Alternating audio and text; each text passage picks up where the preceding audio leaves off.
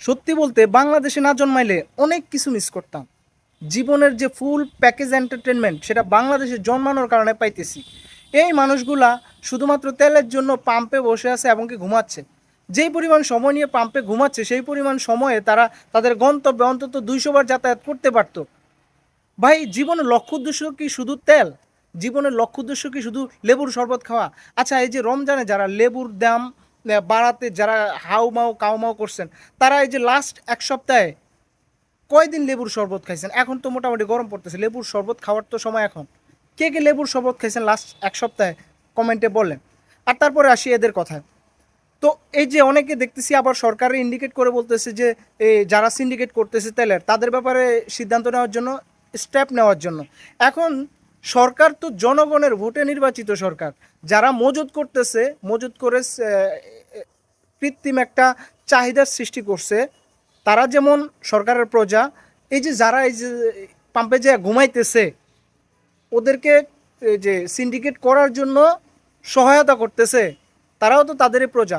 এখন আমরা তো জানি যে অন্যায় সহে, যে অন্যায় করে, দুজনের সমান অপরাধী। এখন যারা মজুত করতেছে, সিন্ডিকেট করতেছে, তারা যেমন অপরাধী, এই যে পাম্পে যে বৈশা ঘুমায়া বাড়তি টাকা অফার কইরা যারা এই যে চাহিদা বোঝাচ্ছে, সিন্ডিকেটকারীদেরকে হেল্প করতেছে, তাদেরও তো শাস্তি হওয়া উচিত। মানে কিছু কিছু মানুষের কথাবার্তা শুনলে মনে হয় যে যারা সরকার গঠন করছে তারা সরকার গঠন করে বিপদে আছে। ভাই, কাবজাব তো আমরা করতেছি, আমরা চাহিদা দেখাচ্ছি। যখন যেটার চাহিদা একটু একটু সংকট, একটু প্রবলেম হচ্ছে, তখন সেটার উপর হুমড়ে খায়া পড়ি। কেন 2-4টা দিন আমরা কি অন্য বিকল্প কোনো চিন্তা করতে পারি না? 2-4টা দিন একটু কষ্ট করতে পারি না? আমাদের দেশটা তো আর ইউরোপের কান্ট্রি না যে সব কিছু আমরা হাতের নাগালে একবারে যেমনে চাই এমনি হইব। ব্যাপারটা তো এরকম না। মাঝে মাঝে তো আমরা একটু কনসিডার করতে পারি। আর ব্যাপারটা এরকম না যে আগামী 2 বছর যাবত আমাদের দেশে তেলের সরবরাহ হবে না, বন্ধ হয়ে যাবে।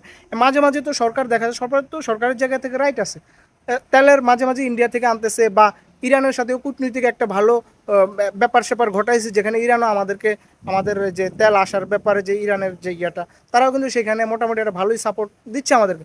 তো সরকার তো তার জায়গা থেকে গুড বা ভালো কিছু করতেছে। কিন্তু আমরা যারা এই যে কৃত্রিম সংকট তৈরি করতেছি, সিন্ডিকেটকারীদেরকে সাহায্য করতেছি, তাদের শাস্তি হওয়া উচিত। এই যে মানুষগুলো এই যে পাম্পে যে সিরিয়াল দেবো, সব প্রত্যেকটাকে ধরে থানায় নেওয়া উচিত। কয়টা দিন বাইক না চালাইলে আমার মনে হয় যে আহামরি কোনো ক্ষতি হয়ে যাবে না। আরও প্রচুর যানবাহন আছে। যখনকার এই যে যানবাহন ছিল না, তখনকার মানুষ কি চলে নাই? তখনকার মানুষ কি ছিল না, বেঁচে ছিল না? তখনকার মানুষকে কষ্ট করে নাই? 10 মাইল দূরে এই যে স্কুলে যে মানুষকে পড়ালেখা করে নাই হাঁটি হাঁটি? তো এরকম না যে মানুষ চাইলে কোনো কিছু পারে না। ভাই, চাইলে সব কিছু পারে। কিন্তু মানুষ, মানে যে আমরা যে মানুষ হইতে পারি নাই, পড়ালেখা করার পরেও আমরা মানুষ হইতে পারি নাই বাঙালিরা, এটা একবারে ঘোর সত্য, একেবারে তিতা সত্য। আমরা যতই পড়ালেখা করি, যত মানে যাই হোক না কেন, শিক্ষার হার বাংলাদেশে যদি 100%ও হয়, তাহলে আমি বলবো সব মানে এভারেজ একটা মূর্খ জাতি আমরা। আমরা কোনো কিছু আসলে বিবেচনা করি না। এই যে আমরা কিন্তু এই যে ধরেন আমরা কম্বল কেনার প্রয়োজনটা বোধ করলে আমরা শীতকালে যে কম্বল কিনি, তো শীতকালে তো কম্বলের চাহিদা বেশি, কম্বল দাম বেশি হবে।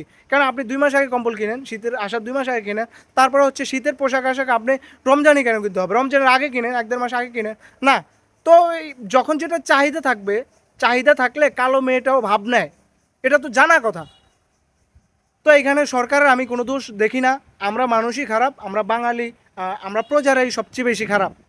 যার জন্য নেতারাও আমাদেরকে ঠকাইতে পারে, যে যার যার মতো আমাদেরকে চুষতে পারে, হ্যাঁ, আমাদেরকে শোষণ করতে পারে।